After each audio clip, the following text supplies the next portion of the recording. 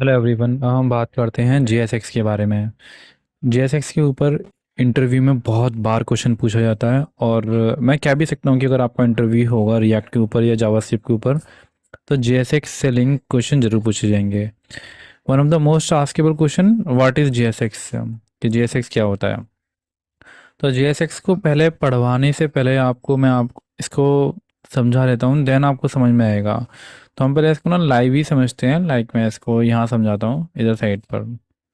अभी पहले इसको हटा ही देते हैं इसको, देन हम समझते हैं इसको। मैंने यहाँ पर कर दिया वाइड स्क्रीन। अब अब HTML में और रिएक्ट में डिफरेंस आप समझिए यहाँ पर। ये जैसे यहाँ पर हमने HTML का पेज लोड किया है और यहाँ पर हमने रिएक्ट से बना हुआ कंपोनेंट लोड किया है। दिस वन इज HTML और यहाँ रिएक्ट से। HTML सारा कंटेंट जो है टॉप टू बॉटम लोड करता है, top to bottom like code का फ्लो टॉप टू बॉटम होगा। अगर आपके पास कोड रिटर्न भी है ना, ये तो अगर आपने कुछ भी चेंजेस किए तो पेज पूरा रिफ्रेश होगा एंड सारा content top to bottom load होगा। बट रिएक्ट के अंदर ऐसा नहीं है। रिएक्ट टोटली डिपेंड होता है कंपोनेंट के ऊपर। मतलब component means pieces of the website, pieces ये। तो इसके अंदर कुछ इंटरनल प्रोग्रामिंग अलग होती है और रिएक्ट के अंदर आपको ये कंटेंट मतलब HTML का कंटेंट रिप्रेजेंट करने के लिए कुछ सिस्टमैटिक इंटरनल सपोर्ट चाहिए।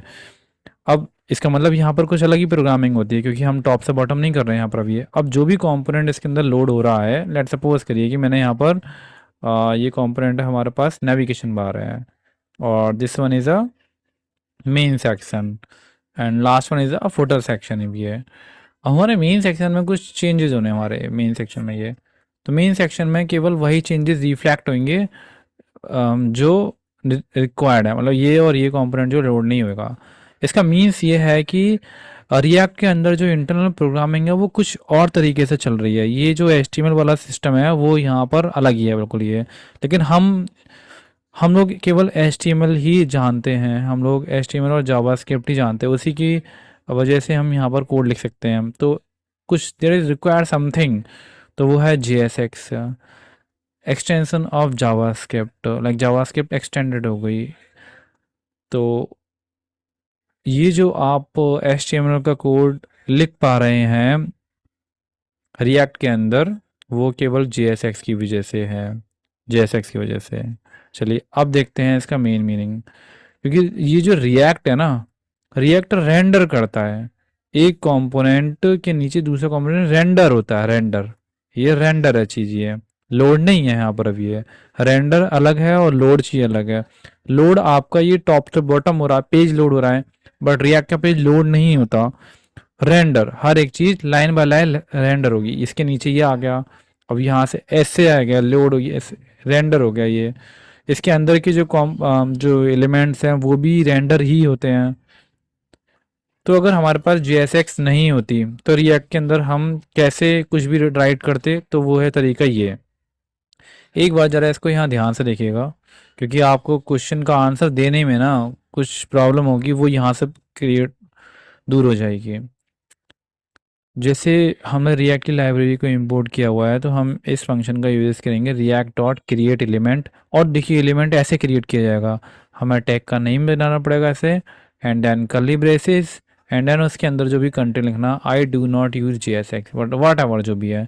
फिर हमें क्रिएट रूट जो इंटरनल फंक्शन है उसके अंदर डॉक्यूमेंट डॉट गेट एलिमेंट वाली जो हमारा रूट वाला पार्ट होता है उसके अंदर हमें रेंडर करना पड़ेगा। देखिए dot render which we have to render my element, this one we have to render.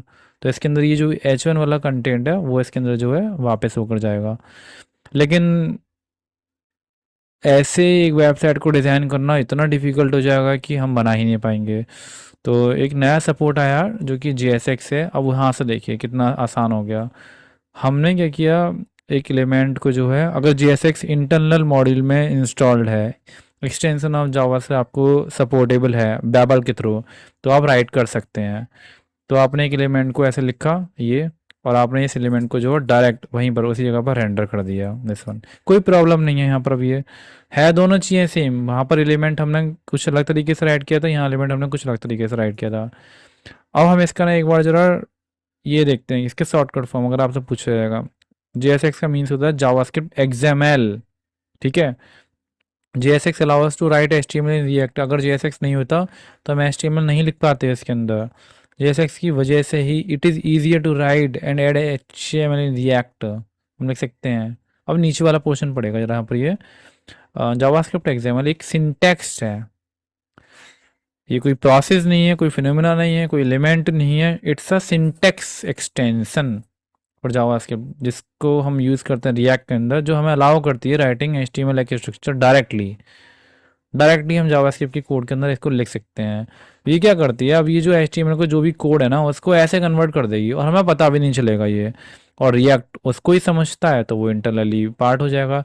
ये सारा काम ना कंपोनेंट के अंदर होता है। तो कंपोनेंट एक बहुत अलग ही चीज़ होती है जो जावास्क्रिप्ट के कोड को रिएक्ट अंडरस्टैंडेबल कोड में कन्वर्ट कर लेती है इंटरनली, ठीक है।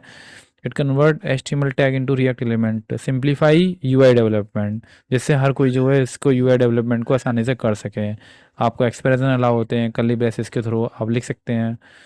JSX को कंपाइल किया जाता है स्टैंडर्ड जावास्क्रिप्ट में बाय टूल्स लाइक बैबल। मैंने कहा था आप लोगों को बिफोर एग्जीक्यूशन, मतलब एग्जीक्यूट होने से पहले ये वाली जो जावास्क्रिप्ट है आपकी वो कंपाइल होती है इसके अंदर थ्रू बैबल के थ्रू, और फिर ये आपको वेब ब्राउज़र पे नज़र आती है।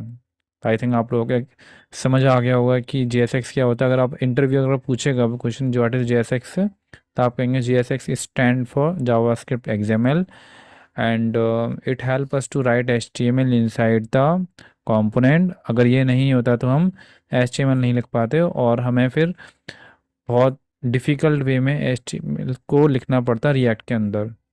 इसलिए हमें सपोर्ट करती है इंटरनली। बस इतने से काम हो जाएगा आपका। ठीक है, नेक्स्ट चलते हैं।